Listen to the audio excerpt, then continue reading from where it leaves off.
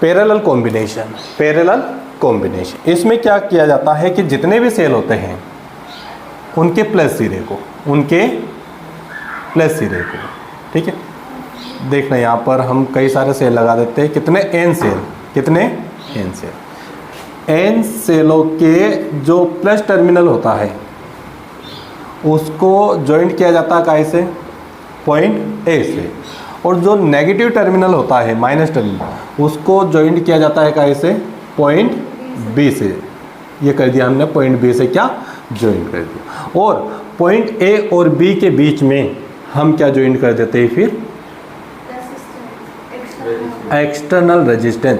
Without external resistance ये current flow नहीं कर पाएंगे। पूरी ये तो बैटरी बन गई, यहाँ पर क्या बन गई, बैटरी बन गई, है ना। तो in this combination the positive terminals of every cell joint to the point A and negative terminals joint point B and the external resistance capital R joint between the point A and point B.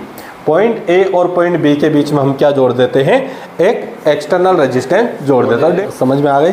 कल सबसे सरल definition क्या है Tanishk, in this combination the उधर नहीं, इधर देख के बोल सकते हो, वर्ड लिखा हुआ। हाँ, in this combination the positive terminal of every cell are joined in point A हाँ and the negative terminal of joined to the joined in point B and the external resistance R is joined between A and B point A and point B।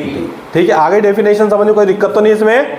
In this combination the positive terminals of every cell are joint to the end negative terminals to join to the point B and external resistance is joined to point A and between the point A and point B।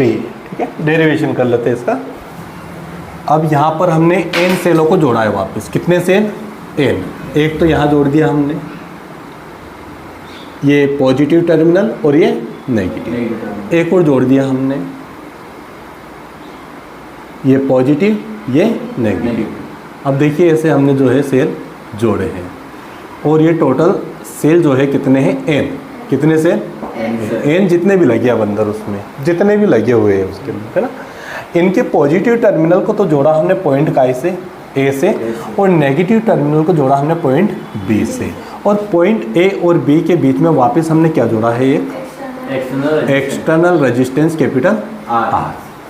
ठीक है, अब जितने भी cell है इनका EMF जो है वो कितना है, ईएमएफ कितना है, E, एंड इंटरनल रेजिस्टेंस कितना है, स्मॉल r। और ये सभी सेल एक बैटरी बन गई है। क्या बन गई है, बैटरी। ये पूरी बैटरी जो है करंट फ्लो कितना कर रही है, I। सर्किट के अंदर कितना करंट फ्लो कर रही है, I। अब देखना, थ्योरी लिख देते हैं। Let n cell are connected लिखा था, क्या जॉइंट लिखा था आपने, जॉइंट लिखा था, जॉइंट इन पैरेलल कॉम्बिनेशन भी लिख देते हैं, parallel combination. Let n cell are joint in parallel combination to prepare a battery ना। इनको बोले पैरेलल कॉम्बिनेशन में जोड़कर हमने क्या बनाई है, एक बैटरी बनाई है। अलग अलग लिखते हैं, EMF of every cell each E. सभी सेल का ईएमएफ कितना है, ई है। एंड इसको भी अलग लिखिए हम, इंटरनल रेजिस्टेंस इच कितना है, स्मॉल r। ठीक है, the EMF of every cell is capital E and the internal resistance is R। सभी सेल का जो है ईएमएफ तो कितना है, कैपिटल E है, और इंटरनल रेजिस्टेंस कितना है, स्मॉल r है। Then total EMF of battery कितना, नहीं केवल ई। पैरेलल कॉम्बिनेशन में पोटेंशियल जो रहता है वो सेम रहता है और जो चार्ज होता है वो डिवाइड होता है, हमने ऐसा कैपेसिटर में पढ़ा था। तो इसमें ये पोटेंशियल का वर्क करता है कौन, ईएमएफ, तो वो तो सबका सेम ही रहेगा। क्या रहेगा, पूरी बैटरी का एक जैसा रहेगा। मैंने कल भी बताया था कि आप यदि सेलों को पैरेलल कॉम्बिनेशन में जोड़ते हैं तो करंट तो एक सेल इतना ही फ्लो करेगा वो, लेकिन बस वो लंबे समय तक चलता है। ठीक है, तो टोटल ईएमएफ कितना फ्लो होगा, केवल ई, ना कि n E. Series combination n E हो जाता, वो ज़्यादा करंट फ्लो करता है सीरीज में तो, बट पैरेलल में क्या करेगा वो केवल ई, है ना। तो then total EMF of battery ई,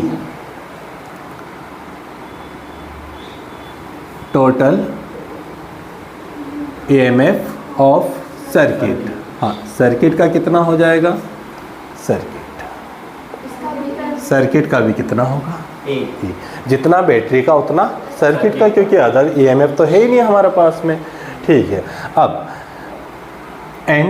अब निकाल लेते हैं हम टोटल इंटरनल रेजिस्टेंस। क्या निकालना है अब, इंटरनल रेजिस्टेंस ऑफ बैटरी। सबसे पहले काय का निकालना होगा आपको, जो हमने बैटरी बनाई है उसका, ये पूरी बैटरी है यहाँ पर, है ना। And total internal resistance of battery, battery का कितना। अब देखिए बैटरी के लिए आपको एक फार्मूला लगाना होगा। किसके लिए, बैटरी कौन से कॉम्बिनेशन के अंदर है, पैरेलल, और पैरेलल में अब मैं किसकी बात कर रहा हूँ, रेजिस्टेंस, और मैंने रेजिस्टेंस का फार्मूला बता, उस वो फार्मूला यूज करना है अब आपको। फार्मूला क्या, पैरेलल का 1/R equal 1/R1 plus 1/R2 plus 1/R3, यही है ना फार्मूला। अब 1/R को मैंने मान लिया है 1/R डैश मान लिया। रिजल्टेंट रेजिस्टेंस क्या मान लिया, रिजल्टेंट रेजिस्टेंस केवल बैटरी का कितना मान लिया मैंने, R। बैटरी पूरी कौन से कॉम्बिनेशन के अंदर है, पैरेलल कॉम्बिनेशन में।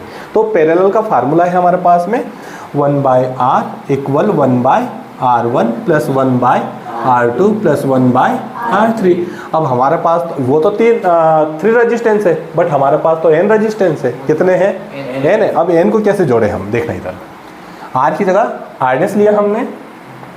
पहले सेल का इंटरनल रेजिस्टेंस कितना है, 1/R, R1 की जगह दूसरे का देखो 1/R, तीसरे का देखो वही होगा सेम।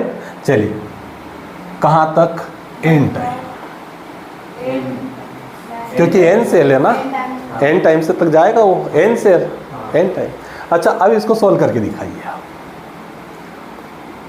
1/R डैश, इसको ये हो जाएगा n/R, कितना हो जाएगा, n/R। देखो कैसे हो जाए, मैं बता दूं आपको। मान लीजिए आपने कितने सेल लगा रखे हैं, 6, मतलब नंबर ऑफ सेल कितना है, 6 है। मतलब आप 1/R dash 1/R plus 1/R plus 1/R plus 1/R plus 1/R, 1 2 3 4 5, एक और लिख दीजिए, हो गए 6 सेल कंप्लीट। अब इसका एलसीएम कर लीजिए आप। एलसीएम तो कितना आ रहा है हमारे पास, R 1 plus 1 plus 1 plus 1 plus 1 plus, कितने ने हो गए 6। तो मैंने बोला n टाइम, यानी n सेल है हमारा, तो n/R, जैसे उसका 6/R आ। ठीक है, चलिए बस यही स्टेप थी मैंने आपकी। इसके बाद वापस सरल है डेरिवेशन। क्या, total internal resistance of battery 1/R dash equal 1/R plus 1/R plus कहाँ तक ले जाना है उसको, n टाइम। तो 1/R dash equal n by कितना, R। यहाँ से R डैश की वैल्यू निकाल लीजिए, R डैश ऊपर जाएगा तो कौन ऊपर आ जाएगा, R/n। करेंगे हम एक्सटर्नल, द एक्सटर्नल रेजिस्टेंस कितना हो, HR। देन तब क्या निकालेंगे हम, टोटल रेजिस्टेंस किसका निकालना है, ऑफ सर्किट, कितना हो जाएगा। देखो एक तो बैटरी का कितना, R डैश, और एक एक्सटर्नल कितना, R। तो R प्लस कितना, R डैश।